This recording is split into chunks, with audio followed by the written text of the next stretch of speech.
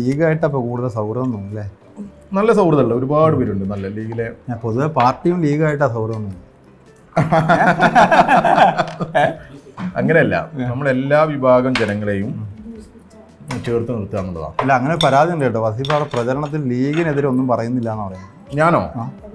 അല്ല, നമ്മൾ ആർക്കെതിരെ ഒന്നും പറയുന്നില്ലല്ലോ. പിന്നെ ലീഗ് എന്ന് പറയുന്നത് പിന്നെ ഇപ്പോൾ ഒരു ദേശീയ രാഷ്ട്രീയത്തിൽ അങ്ങനെ അല്ലെങ്കിൽ സംസ്ഥാന പ്രസക്തമല്ല. ഒരു പ്രസക്തമല്ല. പിന്നെ അത് മാത്രമല്ല, ലീഗിലെ ഒരുപാട് ആളുകൾ നമുക്ക് വോട്ട് ചെയ്യാൻ നിൽക്കുമ്പോൾ എന്തിനാ പിന്നെ നമ്മൾ ലീഗിന്റെ സാധാരണ അല്ല, അവിടെ മലപ്പുറത്ത് തന്നെ ലീഗിന്റെ പ്രവർത്തകരൊക്കെ നമുക്ക് വോട്ട് ചെയ്യുന്നുള്ള പ്രതീക്ഷയിലാണ് ഞങ്ങളൊക്കെ ഉള്ളത്. കാരണം അവർക്കും ഇത്തവണ മലപ്പുറം മാറിയുണ്ടല്ലേ, പഴയ മലപ്പുറം ഒന്നുമല്ല. അല്ലല്ല, പച്ചയല്ല. അതെ, ഞാനത് അതാ പറയുന്നത്. നമ്മളിപ്പോൾ ഇപ്പോൾ എന്തിനേറെ പറയുന്നു, പുതുപ്പള്ളിയിൽ തെരഞ്ഞെടുപ്പിൽ ഇപ്പോൾ ഏറ്റവും ലാസ്റ്റ് ആണല്ലോ, അവിടെ പോയപ്പോൾ ഉണ്ടാകുന്ന ഒരു അനുഭവമല്ലേ ഉപതെരഞ്ഞെടുപ്പിനുണ്ടായിരുന്നേ.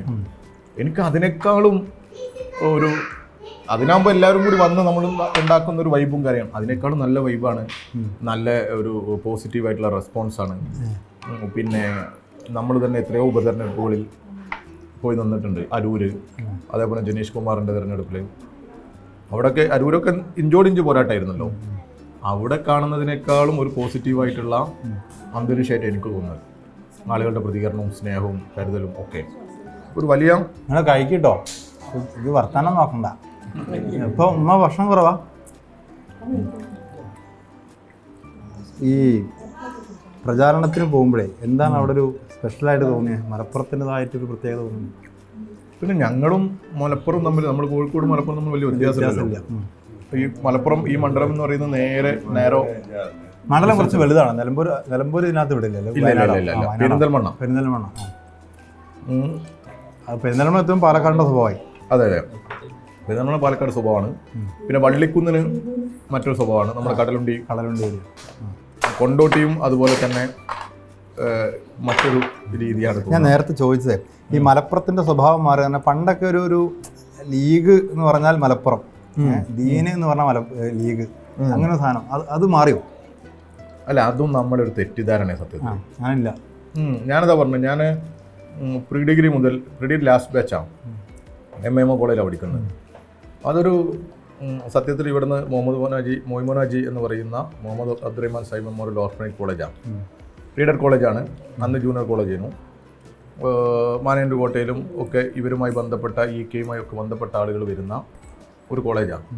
അവിടെയാണ് നമ്മൾക്കിങ്ങനെ ഈ സൗഹൃദവും ഈ ബന്ധമൊക്കെ കിട്ടുന്നത്. അപ്പോൾ അതും ലീഗും ദീനും തമ്മിലൊന്നും ഒരു ബന്ധമില്ല. പക്ഷെ പുറമേ നിന്ന് നോക്കുമ്പോൾ ആളുകൾ കരുതും ഇതൊക്കെ ഒന്നാണെന്ന്. പക്ഷെ നമ്മൾ ഉള്ളിലേക്ക് ഇറങ്ങി ചെല്ലുമ്പോഴാണ് അവർക്കൊക്കെ തങ്ങളൊരു പ്രസംഗത്തിൽ പറഞ്ഞാൽ എനിക്കിപ്പോൾ പറഞ്ഞു, ഇത് ഇങ്ങനെ ഇഹലോകത്തിലേക്ക് വേണ്ടി മാത്രമല്ല ആഖിറത്തിലേക്ക് കൂടിയുള്ള പാർട്ടിയാണ്. അതാണ് അവരുടെ ശ്രമം. അത് ലീഗിൻ്റെ ശ്രമം. സമസ്ത പക്ഷെ അതിനെയൊന്നും അംഗീകരിക്കുന്നില്ല. സമസ്ത അവരുടേതായ അഭിപ്രായങ്ങൾ ഉയർത്തിപ്പിടിക്കുന്ന ഒരു വിഭാഗം തന്നെയാണ്.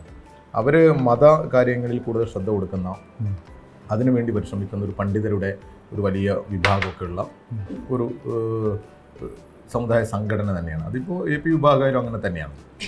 പക്ഷേ അതിൽ കുറച്ചുകൂടി ഇതിലൊരു പ്രശ്നമുണ്ടായിരുന്നത് എന്താ വെച്ചാൽ, ലീഗ് ഇവരുടെ ഒരു പോഷക സംഘടന പോലെ, അല്ലെങ്കിൽ ലീഗ് പറയുന്നിടത്ത് നിൽക്കണം സമസ്ത എന്നുള്ള രീതിയിൽ, അല്ലെങ്കിൽ സമസ്തയ്ക്ക് വേണ്ടി ലീഗ് അഭിപ്രായം പറയുന്നു എന്നൊക്കെ പറയുന്നു. അന്നൊക്കെ പക്ഷേ ലീഗിൻ്റെയും സംസ്ഥാന ഭാരവാഹികൾ ഈ മുസ്ലിം പണ്ഡിതന്മാരായിരുന്നു. മുസ്ലിം പണ്ഡിതന്മാർ. ഇപ്പോൾ ഹൈദർ അലി തങ്ങളാണെങ്കിൽ പണ്ഡിതനായിരുന്നു. അദ്ദേഹം എനിക്ക് തോന്നുന്നത് ഫൈസി ബിരുദമൊക്കെ എടുത്ത ആളുകളാണ്. പക്ഷെ ഇപ്പോൾ ഒന്നും അങ്ങനെയല്ല. അപ്പോൾ സ്വാഭാവികമായിട്ടും അവർ ഈ പാണ്ഡിത്യത്തെയാണല്ലോ, അറിവിനെ ആയിരിക്കും ഈ മതസംഘടനകളൊക്കെ ബഹുമാനിക്കുക, അംഗീകരിക്കുക ഒക്കെ ചെയ്യാം. പിന്നെ ആ കുടുംബത്തിനും കിട്ടുന്ന ഒരു അംഗീകാരം അങ്ങനെയൊക്കെ. പക്ഷേ ഇവർക്കൊന്നും ആണോ ആ പാണ്ഡിത്യം CPM-ന് അവകാശപ്പെടാൻ പറ്റില്ലല്ലോ. ഇല്ല, CPM-ന് അവകാശപ്പെടുന്നില്ല. അവർക്കൊരു സ്വതന്ത്ര നിലപാടുണ്ടാവും ഞാൻ പറഞ്ഞത്. ഇപ്പോൾ ലീഗ് പറയുന്നതോട് തന്നെ സമസ്ത നിൽക്കും എന്നുള്ള അഭിപ്രായമൊന്നും ഇല്ല എന്നാണ് എൻ്റെ വ്യക്തിപരമായ അഭിപ്രായം. പിന്നെ ഈ ഒരു തെരഞ്ഞെടുപ്പിൽ എന്തൊക്കെ പറഞ്ഞാലും അല്പം മുകളിൽ നിൽക്കുക, CPM-ന് വോട്ട് ചെയ്യണം അല്ലെങ്കിൽ ഇടതുപക്ഷത്തിന് വോട്ട് ചെയ്യണം ചിന്തയായിരിക്കും. അത് എന്തൊക്കെ പറഞ്ഞാലും രാജ്യത്തിൻ്റെ ഒരു സാഹചര്യത്തിൽ ഇപ്പോൾ ഏത് വിഷയമായാലും, ഇപ്പോൾ ബുൾഡോസർ രാജ്, ബൃന്ദാ കാരാട്ട്, ആർക്കും ഓർമ്മ വരുമോ? CPM-ന്റെ ഇടപെടലാണ്. കാശ്മീരിൻ്റെ പ്രത്യേക അവകാശം എടുത്തു കളഞ്ഞത് സീതാറാം യെച്ചൂരി, യൂസഫ് തരിഗമ്മയെ കാണാൻ പോകുന്നതും അത് കോടതിയിലേക്ക് പോകുന്നതും ആ വാർത്തയും ഇതൊക്കെ മനസ്സിൽ ഇങ്ങനെ കൊത്തിവെച്ചതുപോലെ ഉണ്ടാവും.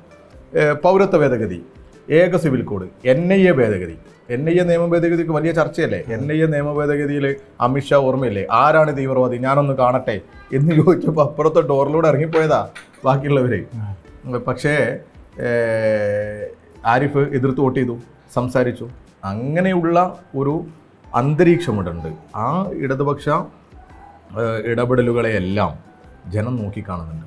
പ്രത്യേകിച്ച് ഈ ഒരു സാഹചര്യത്തിൽ എന്ത് സംഭവിച്ചാലും അങ്ങനെയാണ് അവിടെ ഓടിയെത്താൻ. ഇപ്പം ഇന്ത്യയിൽ എവിടെയും ഇപ്പം എന്നെ സംബന്ധിച്ചിടത്തോളം അങ്ങനെ പറയല്ല, എൻ്റെ ഒരു അസുഖവും മറ്റൊക്കെ ആർക്കും എപ്പോഴും വരാം. അതല്ലാതെ ഒരു നമുക്ക് ചെയ്യാൻ പറ്റുന്ന ഒരു കാര്യങ്ങളുണ്ടല്ലോ. ഇപ്പോൾ ഇന്ത്യയിൽ എവിടെയും ഇതുപോലൊരു വേട്ടയാടലുകൾ, ഒരു അക്രമം, ഒരു അനീതി ഒക്കെ നടക്കുമ്പോൾ വളരെ ആർജവത്തോടു കൂടി ഓടിയെത്താനുള്ള ഒരു മനസ്സ്, അതിന് പറ്റിയ ഒരു ആരോഗ്യം ഇപ്പോൾ പിന്നെന്താണെന്നറിയില്ല, ഇപ്പോൾ ഉണ്ടല്ലോ. അതൊക്കെ ഒരു ഘടകമാണ്.